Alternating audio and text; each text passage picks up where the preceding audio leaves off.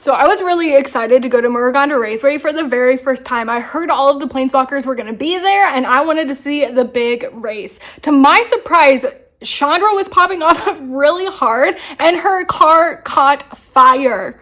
It was crazy. Sparks were going everywhere, and one even hit me right in the face. So it is what it is, and to make sure that I was doing really well, Loot came over and said, here is a commander deck for free. So thank you so much, Loot the Pathfinder. I did build Loot the Pathfinder strictly from bulk, and that means I spent absolutely $0 on this deck, and I think it's still going to do really well. So let's go ahead and check it out together.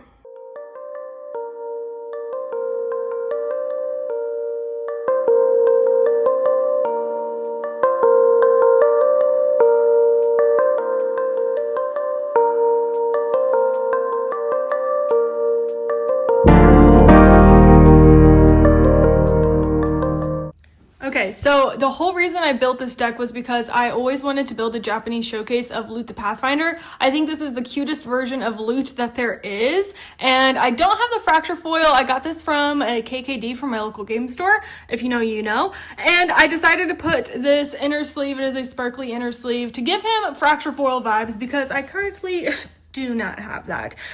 This was a deck box that I got at MagicCon, so that was pretty cool. I already have everything in here, which is very nice, sleeved up, but there is a little sideboard action. So we'll look at that in a second. Everything is divided up. We're gonna go ahead and just look at these in order. I'm gonna say no peeking. Artifacts first. This is going to be things that I had from a EDH event I put on. These were promos that we got at the event. A beautiful Soul Ring Arcane Signet, and I love this Commander Sphere.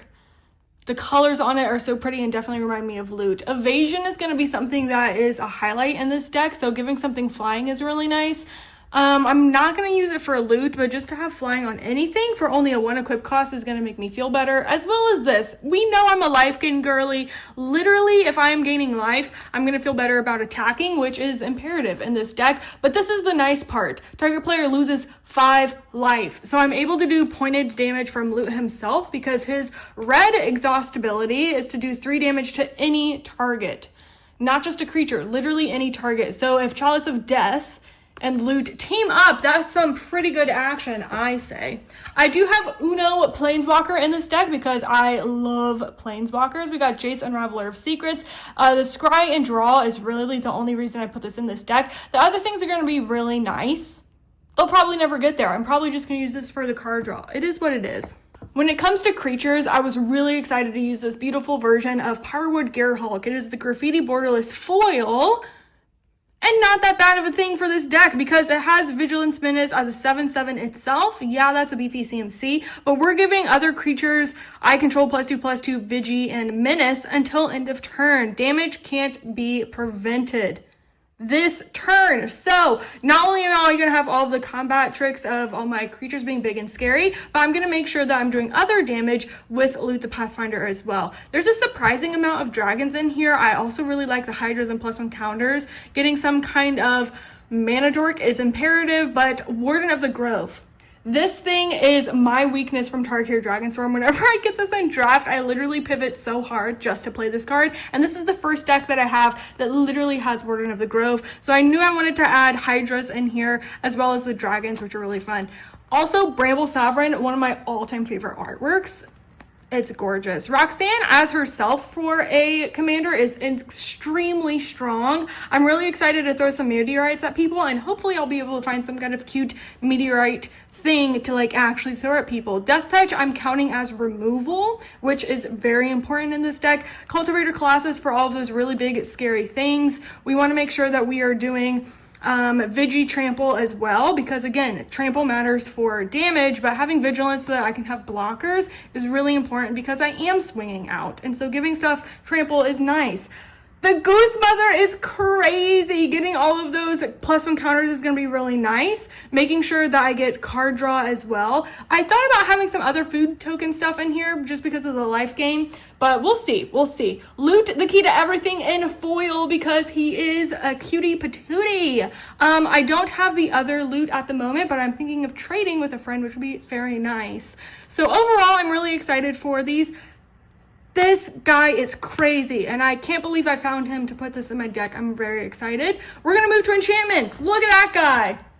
Repercussion. This was the first enchantment I found. I wanted to make sure that I could do, again, combat shenanigans. And even though he doesn't give trample, he gives trample. Literally, the damage is happening no matter what. So I love this guy, and that is what I focus my enchantments around.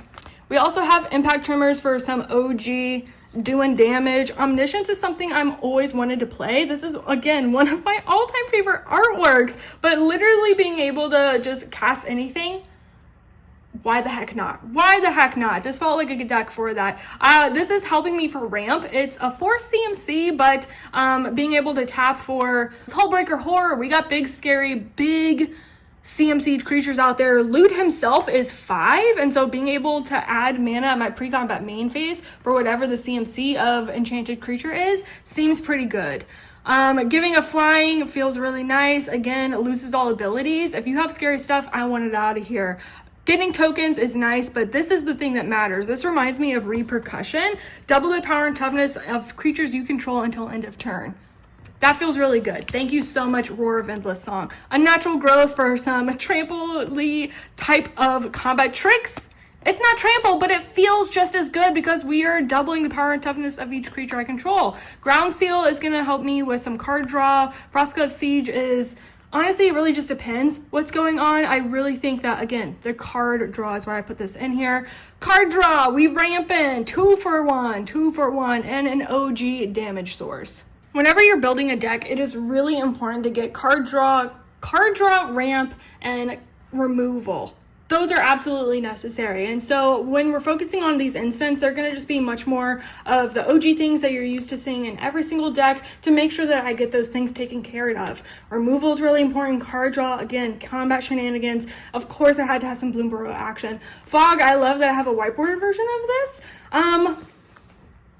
Pretty good. My sorceries are going to be a similar story. Drawing a card for each different power among creatures you control. I'm hoping with the amount of +1 counter shenanigans I'm doing that'll be relevant. And then we just have some good old ramp. Your girl needs lands. And speaking of lands, these are the pretty ones that I have. Honestly, I would probably would use most of these in my deck. The gaining life is really nice for Chalice of Life. Because we're just gaining life. We're trying to gain life and do all the things. However, I probably would have chosen other actual better utility lands or just things to help me ramp into what I actually need to get. It's a 3-color deck, so we want to make sure we are mana fixing. Every single basic in here is different, although they all have something similar. So I have all 3 Dragon Eyes. I have all 3 of the gold from Ether Drift. So I'm very excited that my lanes are at least pretty. And so that takes us to our, what is this even called? Our sideboard. These are some good cards that, depending on how the deck plays, playing it a couple times, I might swap a couple of them out. But really, I just need to get a better idea of what the heck is even happening in this deck so I can really figure out what I want to do, because I am for sure adding in blink into this deck. If we are blinking our commander, Loot the Pathfinder, we are able to get multiple exhaust triggers, and that is ultimately what we want to happen. We want to be able to do these things as much as possible, because then I don't need as much ramp and card draw spells. I can just make sure I'm blinking loot to do fun stuff. All right, so there you have it. Loot the Pathfinder. Absolutely smash this deck. It needs a lot of upgrades. Again, I want to put Blink into this so bad. We want the exhaust ability as much as possible. So let me know in the comments what Blink abilities you would be putting in this deck, how you would change this, and we'll see what kind of upgrades happens over time. But right now, it just needs to be play tested so I can get my revenge on Chandra. How dare! Anyways, thank you guys so much for hanging out. Make sure you like and subscribe for more content. Follow along in the community where we are all about fostering safe and authentic gaming spaces for all types of gamers. And so if that's something you drive with, make sure you come and hang out in the Discord as well. Thank you guys so much. I hope you have a turn 1 soul ring, and I'll see you next time. Happy gaming.